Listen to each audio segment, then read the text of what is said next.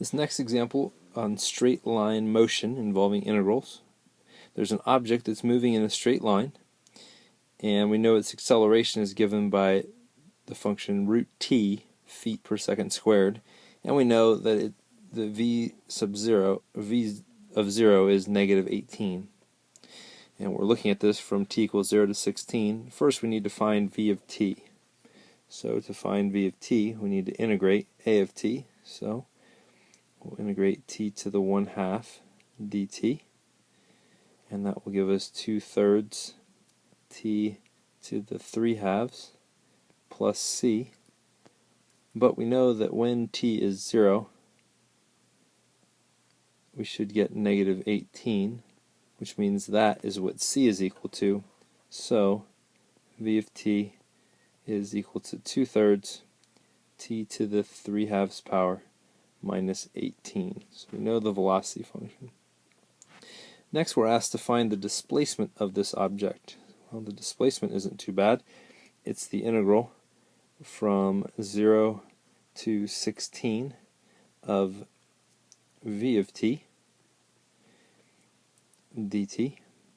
And when we integrate v of t, we're going to end up with t to the 5/2, and let's see, that must have been, if I multiply the reciprocal, so that would be 4/15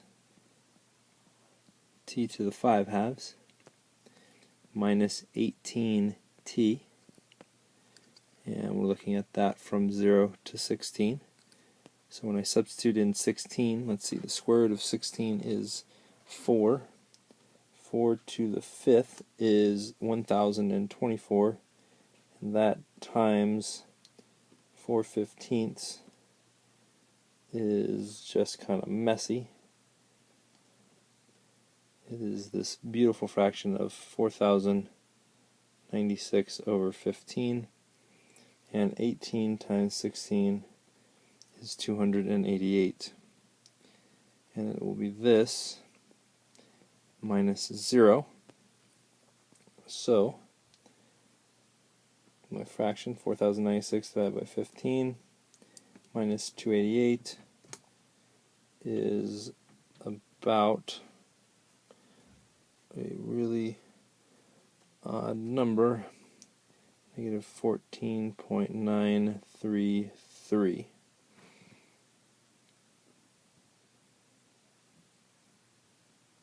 Which is the displacement of my object. And this strikes me just as an odd thing, like how do I interpret what this means? And basically what that means is I was started at some point and I did a lot of movement, but when I was done I was left of where I started. So here's my starting point, here's my finish point, and I was to the left of it 14.933 feet. And the negative just indicates being left of where I started. So that's the distance, and now we need to find the displacement. The displacement is going to be a little bit trickier because we need to figure out where my velocity function equals 0. So we'll do this by hand. So we're looking at, when does 2/3 t to the 3/2 equal 18? Or when does t to the 3/2 equal 27? Or t is 27 to the 2/3 power. Cube root of 27 is 3, squared is 9, so t is 9. So that's where things change. And just to do a little analysis of this, if we test a number like 1, what we'll find is that the velocity would be negative there, so that's when it's going to the left. And if we test a number like 16, then what's that? The velocity will be positive there.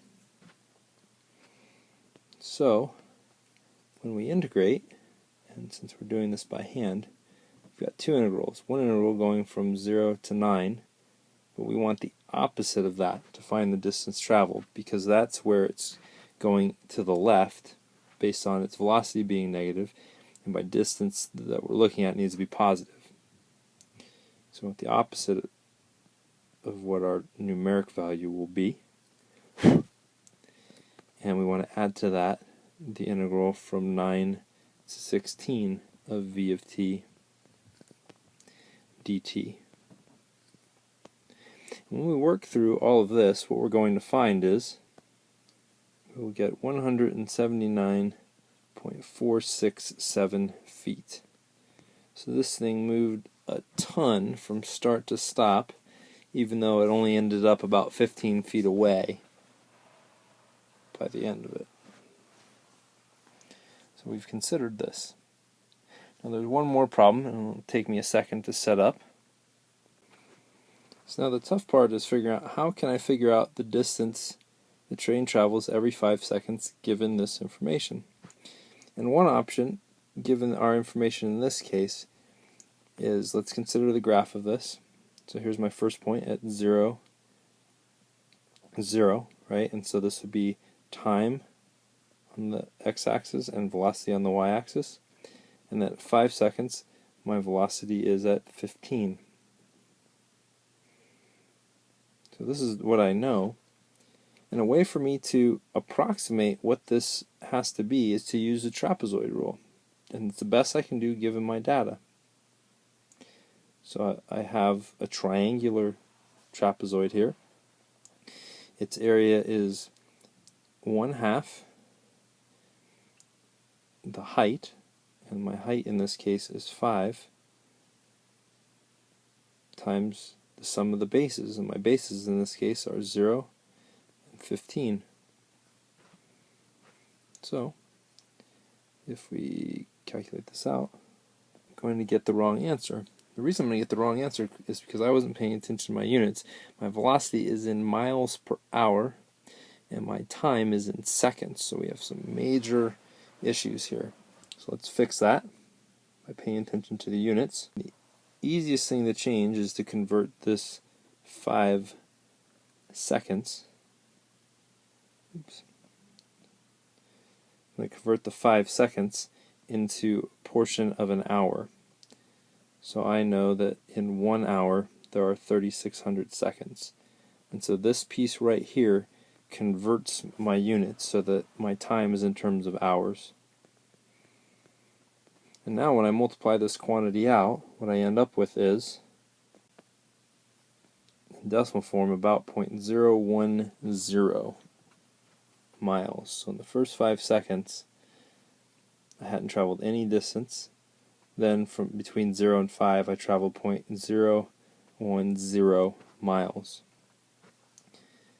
And if I repeat this for between 5 and 10 using the trapezoid rule, what I'll end up with is 0.033 miles. And again, all that is the distance traveled from time equals 5 seconds to time equals 10 seconds using the trapezoid rule. So I could do that using the trapezoid rule for all of these things, and I'm not going to because you don't want to watch me, and I'm not going to do it. And for part B, find the total distance between subway stops. Well, to answer part B, I would just need to add up all of my sub-interval distances along the way. So sometimes we have to use the information we have, in this case a table, and connect it to the calculus. We don't have any type of equation to integrate, but we can still go back to Riemann sums to make approximations based on the data we have. So that would be our last example for straight line motion.